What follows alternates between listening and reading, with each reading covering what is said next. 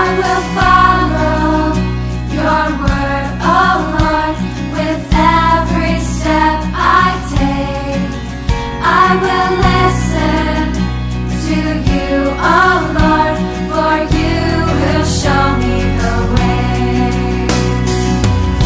오늘 함께 나눌 하나님의 말씀은 누가복음 18장 18절로 27절의 말씀입니다. 오늘 말씀을 제가 읽어드리도록 하겠습니다. 어떤 관원이 물어가로되 선한 선생님이여 내가 무엇을 하여야 영생을 얻으리이까? 예수께서 이르시되 네가 어찌하여 나를 선하다 일컫느냐? 하나님 한 분 외에는 선한 이가 없느니라. 네가 계명을 안 하니 간음하지 말라, 살인하지 말라, 도둑질하지 말라, 거짓 증거하지 말라, 내 부모를 공경하라 하였느니라. 여짜오되 이것은 내가 어려서부터 다 지켰나이다. 예수께서 이 말을 들으시고 이르시되 네가 오히려 한 가지 부족한 것이 있으니 네게 있는 것을 다 팔아 가난한 자들을 나눠주라. 그리하면 하늘에서 보화가 내게 있으리라. 그리고서 나를 좇으라 하시니 그 사람이 부자인 고로 이 말씀을 듣고 심히 근심하더라. 예수께서 저를 보시고 가라사대 재물이 있는 자는 하나님의 나라에 들어가기가 어떻게 어려운지 야대가 바늘기로 들어가는 것이 부자가 하나님의 나라에 들어가는 것보다 쉬우니라 하신대. 듣는 자들이 가로되 그런즉 누가 구원을 얻을 수 있나이까? 가라사대 무릇 사람이 할 수 없는 것을 하나님은 하실 수 있느니라. 아멘. 이 미국의 부자들 가운데는 가난하고 병든 이들과 소외된 이웃들을 위하여 헌신하며 정말 아낌이 없이 사용하고 기부하는 이들이 많습니다. 스스로 세금을 더 내겠다고 부자세를 증설하자고 제의를 하는가 하면 어마어마한 부를 가지고 있으면서도 교만하지 않고 겸손하며 검소한 생활로 모범이 되는 이들입니다. 그들을 향하여 헐뜯고 비난하는 사람들은 찾아볼 수가 없습니다. 이들을 향한 사람들의 마음은 존경이며 사람들은 그들의 부를 존중합니다. 하지만 세상에는 이렇게 부자이면서 존경받는 사람들이 많지가 않습니다. 부자들에 대한 인식은 일반적으로 호의적이지 못합니다. 떳떳하지 못한 축제의 과정과 물려받은 부를 가지고 안하무인의 행태를 일삼고 가난한 사람들을 하급동물처럼 대하고 사람들을 자신의 종들처럼 여기고 군림하려 들고 무시하고 멸시하고 강도를 향하는 부자들의 이야기가 끊임없이 들려오고 있고 사람들은 그 부자들을 존경하지 않습니다. 그들의 안하무인의 행태를 지탄하고 그들의 부를 혐오하는 경우가 많습니다. 그런데 오늘 말씀 누가복음 18장 그리스도 앞에 나아가 영생 얻기를 구했던 부자 청년은 적어도 이런 지탄받는 부류의 부자는 아니었던 것 같습니다. 그는 어려서부터 살인하지 않고 가늠하지 않고 도적질하지 않고 거짓 증거하지 않고 부모를 공경하고 이웃을 자기 몸처럼 사랑하라 하시는 계명을 다 지키고 살아온 반듯한 사람이었습니다. 그래서 그가 가진 큰 재물은 속여 취한 것도 아니요 도적질로 얻은 것도 아닌 빼앗아 가진 것이 아닌 그 누구로부터 질타를 받을 이유가 없는 떳떳한 재물이었다는 것을 알 수가 있습니다. 내 이웃을 내 몸처럼 사랑하라 하시는 계명을 실천했다는 것을 보아서 이 부자 청년은 자기의 이웃들로부터 존경받는 부자였음을 알 수가 있습니다. 그래서 이 사람은 그리스도 앞에서 떳떳하게 말합니다. 이것은 내가 어려서부터 다 지켰나이다 라고 말합니다. 그리고 이 말에 대해서 마태복음 15장 20절 말씀에 보면은요, 아직도 무엇이 부족하니까 라고 되묻습니다. 그는 큰 부자였고 자신감에 차 있었습니다. 여기서 큰 부자라는 것은요, 스포드라는 말인데 거대하다는 말입니다. 배우 없이라는 그런 말입니다. 게다가 이 부자는요, 권력을 가진 관원이었다고 합니다. 그리고 그는 젊었습니다. 거기다가 종교적 계명을 다 지킬 만큼의 종교적 열의도 있었고 그리고 내생에서의 영생을 구할 만큼의 영성도 가지고 있었습니다. 적어도 이 젊은 부자 관원은 사람의 기준으로는 나무랄 데가 없는 완벽한 사람으로서 그의 부와 권력은 이웃들로부터 존중을 받았을 것이 분명합니다.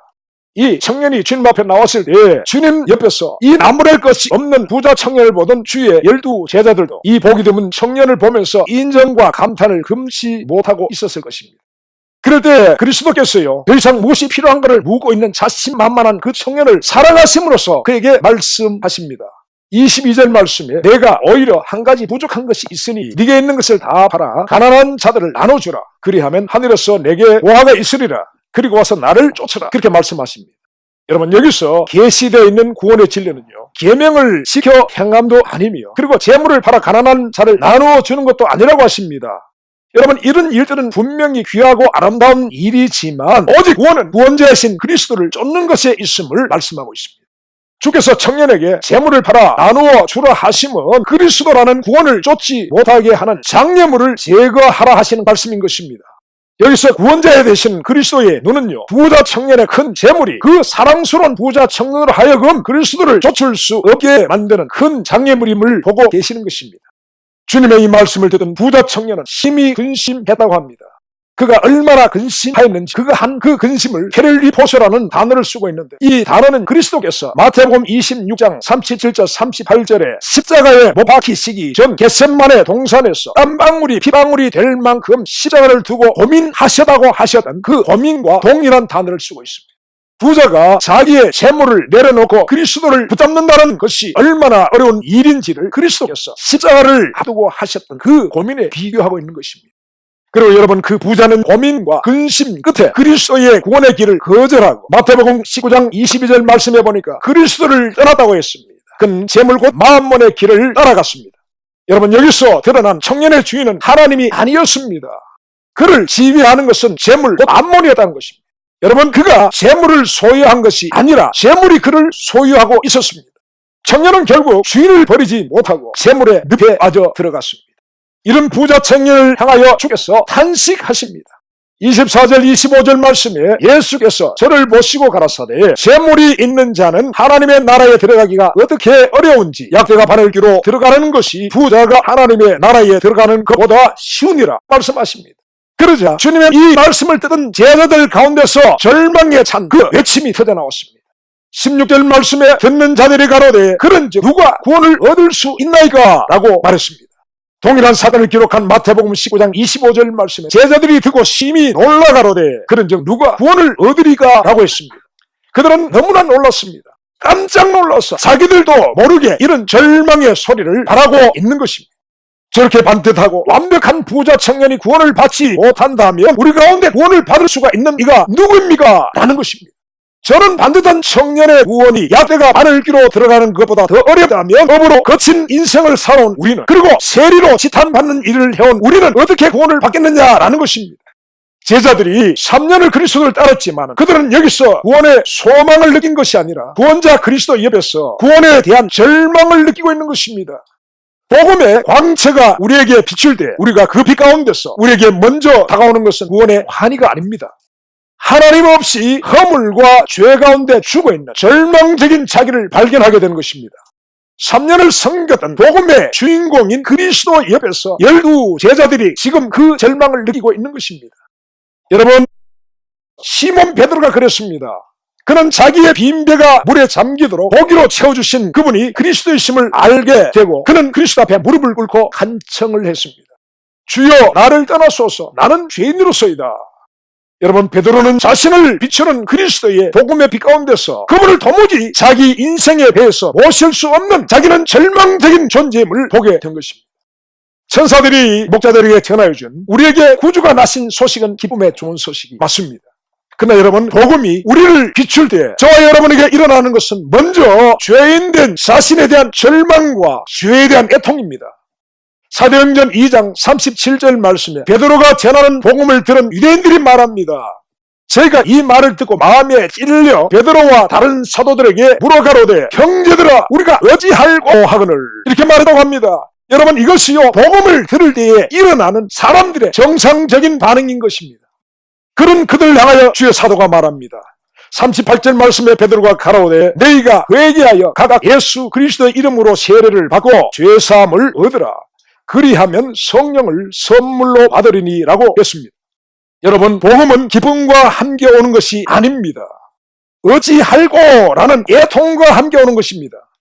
그래서 그 애통은 주여 나를 떠나소서 나는 죄인으로소이다 라는 베드로의 회개와 누가복음 18장 13절 말씀에 감히 눈을 들어 하늘을 쳐다보지도 못하고 다만 가슴을 치며 가로되 하나님이여 불쌍히 여기소서 나는 죄인으로소이다 라는 세리의 회개로 이어지게 되는 것입니다.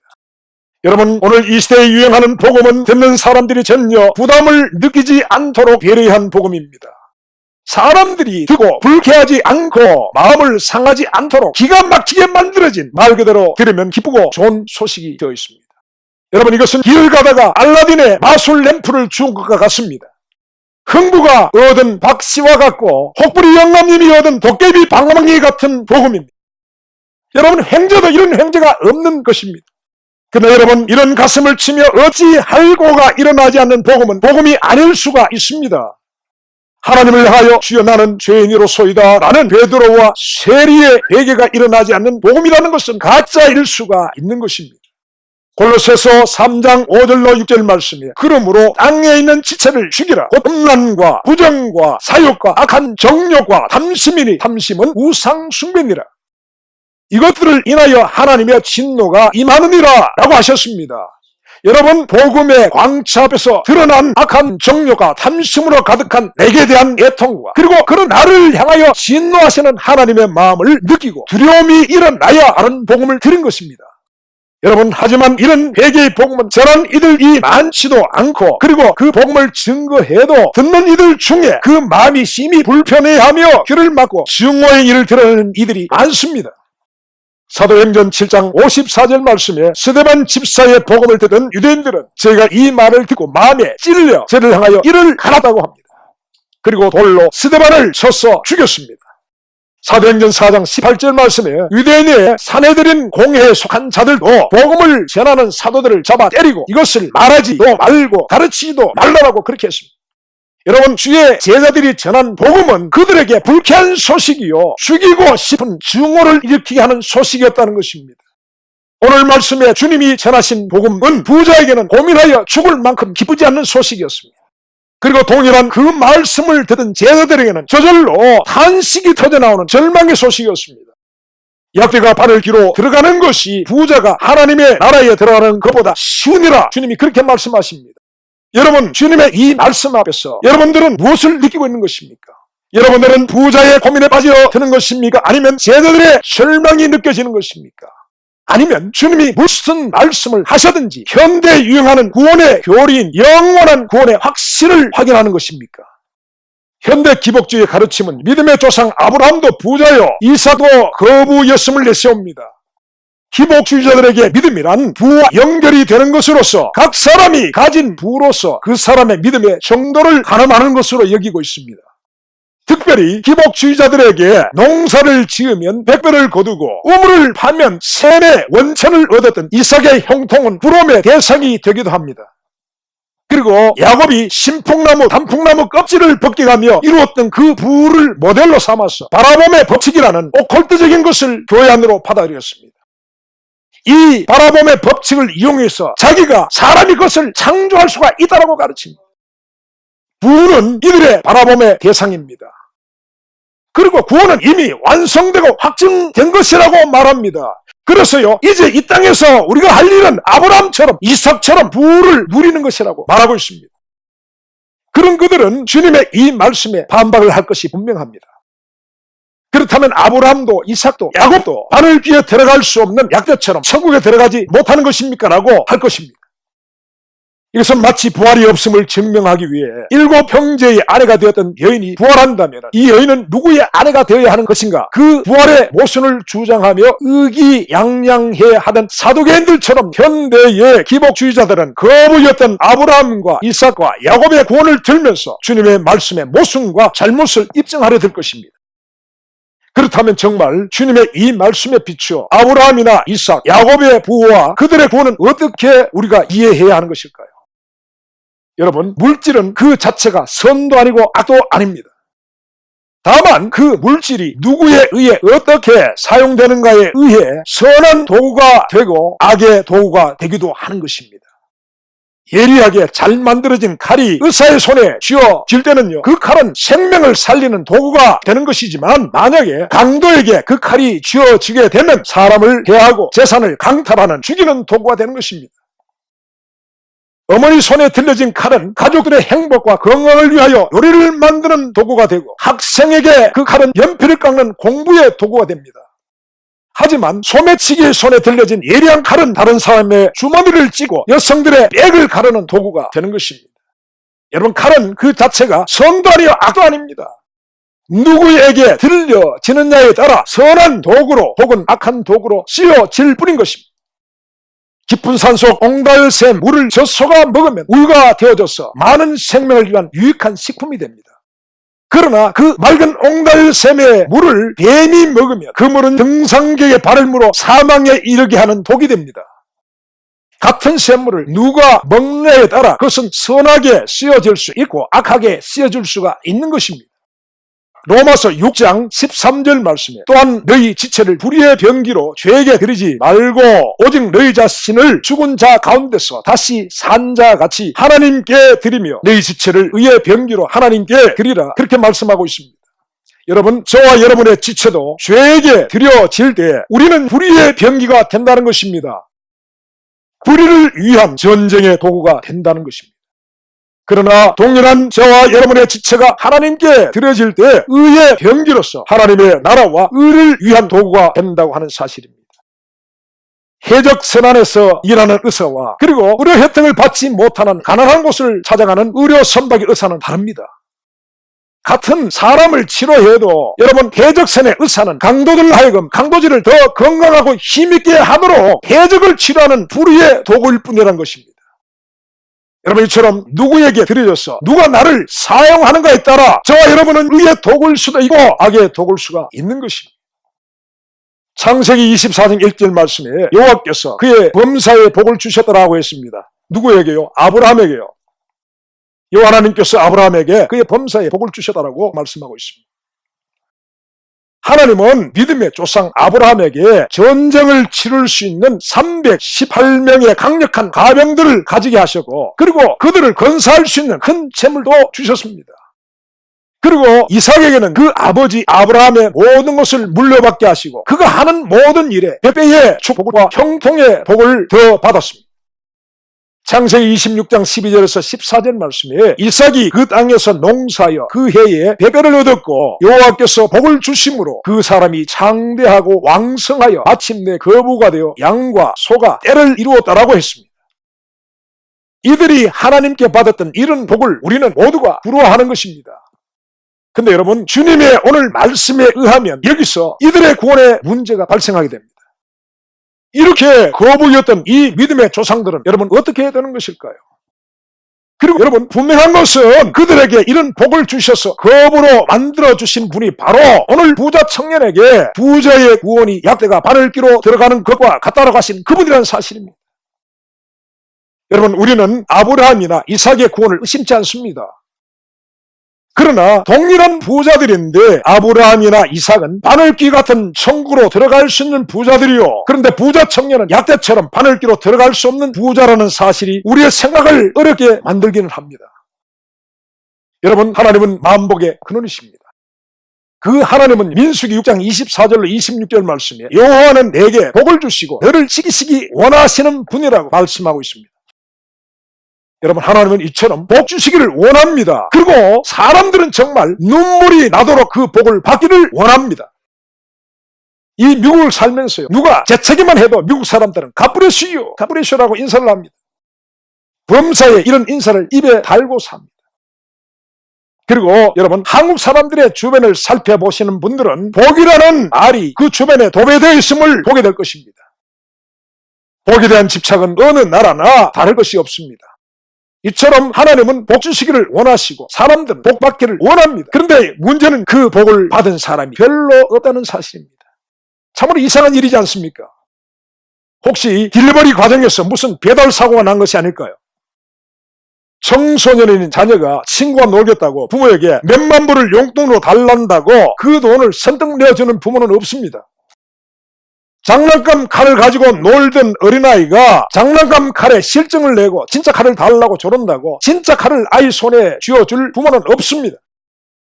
그런데 청소년 아이가 오토바이를 사달라고 졸라서 그 강청을 잊지 못해 그것을 사주고 자녀에게 일어난 그 오토바이 사고로 가슴을 찢으며 살아가는 부모의 이야기를 우리는 어렵지 않게 들을 수가 있습니다. 귀한 화초에 비료를 너무 많이 줘서 죽게 하는 경우가 있습니다.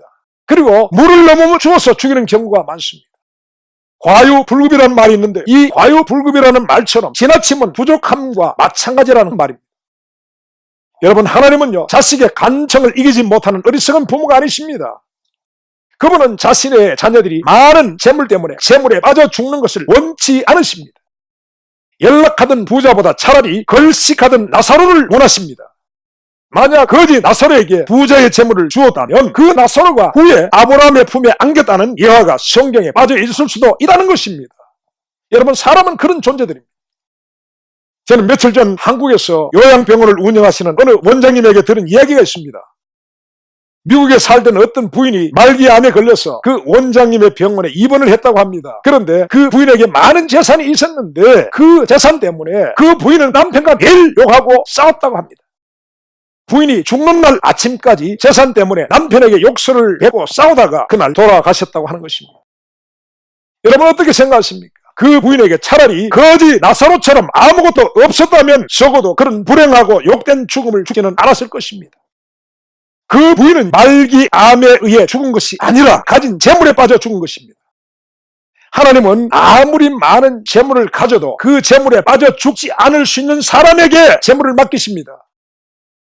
하지만 아무리 적은 재물을 주어도 접시물에 빠져 죽는 사람처럼 작은 재물에 빠져 죽을 수 있다면 하나님은 적어도 당신의 자녀들에게 그 작은 것도 주시지 않습니다. 차라리 거지 나사로를 만들어 주십니다. 이것이 하나님의 사랑입니다.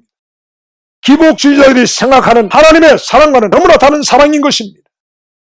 아브라함은 부자였습니다. 이삭도 거부였지만 여러분 그들은 그 많은 재물에 빠져 죽는 사람들이 아니었습니다. 하나님이 태평양 같은 물질 위에 그들을 던져도 그들은 거기에 빠져 죽지가 않습니다. 그 물질의 바다와 풍랑이 결코 그들을 엄몰할 수가 없는 것입니다. 왜일까요? 그들은 바로 십자가를 통과한 사람들이기 때문입니다.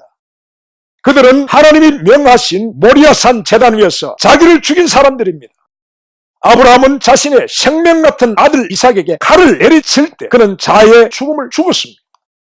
그리고 이삭은 하나님의 뜻을 순종하고자 아들에게 내리치는 아비의 그 순종의 칼날을 받아들이므로 모리아산에서 이삭은 번제단의 제물로 죽은 사람입니다. 그리고 비유컨대 그들은 그곳에서 하나님의 생명으로 함께 살아났습니다. 여러분 그들은 모리아산의 십자가를 통과한 사람들이라는 것입니다. 여러분 이런 사람을 얽어매고 넘어지게 하며 다시 죽일 수 있는 것은 세상에 존재하지 않습니다. 재물은 그들의 우상이 될 수가 없고 그들을 위해 군림할 수가 없습니다. 그들에게 재물은 생활의 한 도구일 뿐인 것이죠. 있어도 감사하고 없어도 감사한 것입니다. 부자 청년처럼 재물이 삶의 이유와 목적이 전혀 될 수가 없는 사람들이라는 것입니다. 이삭이 셈을 받던 당시에 셈이라는 것은 생명 같은 것이었습니다. 그것을 재물로 환산한다면 엄청난 가격으로 거래되었을 것입니다. 그러나 그런 셈을 이삭은 받고 팔 때마다 그는 생명의 셈의 권한을 얻었지만은 그 셈을 가지려고 다투는 사람들에게 기꺼이 내어주고 그는 또 다른 셈을 파게 됩니다. 여기서 우리는 재물에 대한 이삭의 자세를 볼 수가 있는 것입니다. 여러분 그는 재물에 연연하지 않습니다. 거의 되어 자유한 사람입니다. 그는 언제든지 내려놓을 수가 있는 사람인 것입니다.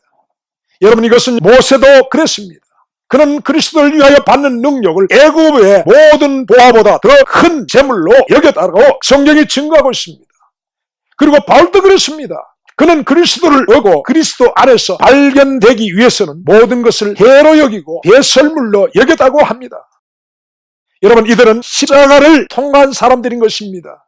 자기가 부인된 사람들이며 물질에 좌우되었던 옛사람의 자아가 껴진 사람들인 것입니다.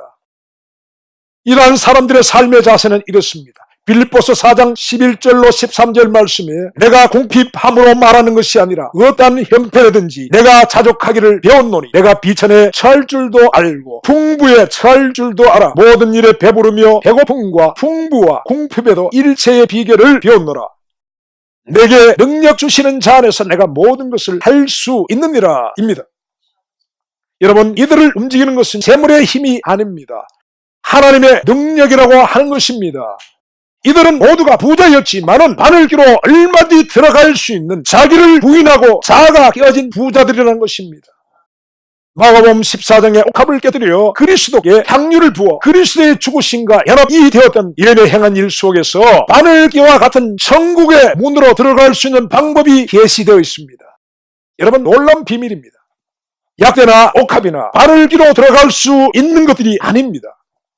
옥합이 약대보다 작기 때문에 상대적으로 유리한 것이 아닙니다. 바늘귀 같은 절대적 좁은 문으로 들어갈 수 없음은 동일합니다. 이 말은 약대 같은 부자 청년이나 옥합 같은 죄인인 여인이나 좁은 문으로 들어갈 수 없음은 동일하다는 말씀인 것입니다. 그러나 여러분, 그 두 사람 중에 옥합을 깨뜨려 향유를 죽게 흘려보낸 여인은 죄사함과 구원을 얻었습니다. 그것은 곧 천국이라는 바늘길을 통과했다라는 말인 것입니다. 여러분, 이것이 구원의 진리입니다. 야대는 바늘길로 들어가지 못합니다. 그리고 여러분, 깨어지지 않은 옥합으로는 바늘길로 들어가지 못합니다. 여러분, 오직 옥합을 깨뜨려 그 안에서 흘러나온 기름만이 들어갈 수가 있습니다. 그리고 그 양이 야대보다 더 많을지라도 바늘길로 다 흘러 들어갈 수가 있는 것입니다. 아브라함도 거부 이삭도 모세도 바울도 야대와 같은 큰 옥합을 깨뜨린 부자들이라는 것입니다. 그들의 깨어진 옥합에서 흘러나온 향유 같은 그 새 생명은 바늘귀 같은 천국문을 지나 그리스도께 이르게 된 자들이라는 것입니다. 하지만 여러분, 부자 청년은 이 야대를 가지고 바늘귀로 들어가려 한 것입니다. 그리고 깊은 고민과 번민 끝에 끝내 그 야대와 같이 큰 자기의 옥합을 깨뜨리지 못하고 구원의 길을 깨뜨려 버렸습니다. 성경은 이런 사람들을 어리석은 부자라고 말씀하고 있는 것입니다. 여러분, 이 말씀을 듣는 가운데 나는 부자가 아니기 때문에 참 다행이다 라고 생각하는 분 없는지 모르겠습니다. 근데 여러분, 성경이 말씀하시는 부자는 꼭 물질이 많은 사람만 의미하지 않는다는 것입니다. 마음에 살찌고 그 마음이 기름지어진 사람, 그런 사람들도 바늘기에 들어갈 수 없는 야대와 같은 사람들이라고 말씀하고 있는 것입니다. 성경은 이런 부자들을 향하여 경고하십니다. 디모데전서 6장 9절로 10절 말씀에 부하리 하는 자들은 시험과 올무와 여러 가지 어리석고 해로운 정욕에 떨어지나니 곧 사람으로 심령과 멸망에 빠지게 하는 것이라. 돈을 사랑함이 일만하게 뿌리가 되나니 이것을 사모하는 자들이 미혹을 받아 믿음에서 떠나 많은 근심으로 자기를 찔러도다 라고 말씀하고 있습니다. 주어진 것을 족하게 여기지 않고 돈을 사랑하고 사모하며 부하려 하는 마음은 천국이라는 바늘기로 들어갈 수 없는 야대와 같은 마음이라고 하는 것입니다. 여러분, 구원은 쉽지가 않습니다. 구원이 쉽다고 말하는 오늘 이 시대의 미혹의 소리에서 깨어나시기 바랍니다. 구원은 쉽지가 않습니다. 천국은 야대가 들어갈 수 없는 바늘기와 같은 것이라고 천국의 주인이신 그리스도께서 말씀하셨습니다. 여러분, 두려운 것은요, 이런 마음의 살찜과 부여에서 자유하지 못한 우리들의 모습인 것입니다. 여러분, 우리가 과연 부자 청년이었다면 우리는 어떻게 했을까요? 우리는 그리스도께 기름을 부은 여인처럼 우리의 옥합을 그리스도 앞에 가지고 나와서 그 옥합을 깨뜨릴 수가 있는 사람들인가요? 그리고 나는 탐욕의 약대를 죽인 사람인가요? 그리고 자아의 옥합을 깨뜨린 사람인가요? 재물의 우상과 탐욕의 무더기로 바벨탑을 쌓아 올리는 이 세상과 우리의 인생에서 우리 모두는 이에 대한 깊은 고민이 있어야 합니다. 다만 바라기는 저와 여러분의 그 고민이 부자 청년의 그리스도를 버리는 고민이 아니라 그리스도의 십자가의 순종으로 나아가는 고민이 되어야 할 것이라는 것입니다. 나를 따라오라, 내가 너를 사람 낚는 어부가 되게 하리라 하시는 주님의 부르심에 모든 것을 버리고 그리스도를 따라왔던 제자들에게 주님이 하신 말씀을 읽어드리고 오늘 말씀을 마치겠습니다. 누가복음 18장 25절로 30절의 말씀에 이르시되 내가 진실로 너에게 이르노니 하나님의 나라를 위하여 집이나 아내나 형제나 부모나 자녀를 버린 자는 금세 있어 여러 배를 받고 내세에 영생을 받지 못할 자가 없느니라 말씀하셨습니다. 주님의 은혜가 저와 여러분에게 있기를 바랍니다. 기도하시겠습니다. 주님, 복음의 빛을 우리에게 비춰주시기를 구합니다. 그 빛 가운데 드러난 나의 모습이 살진 야대인지 깨어진 옥합인지를 알게 하여 주옵소서. 예수님의 이름으로 기도하옵나이다. 아멘.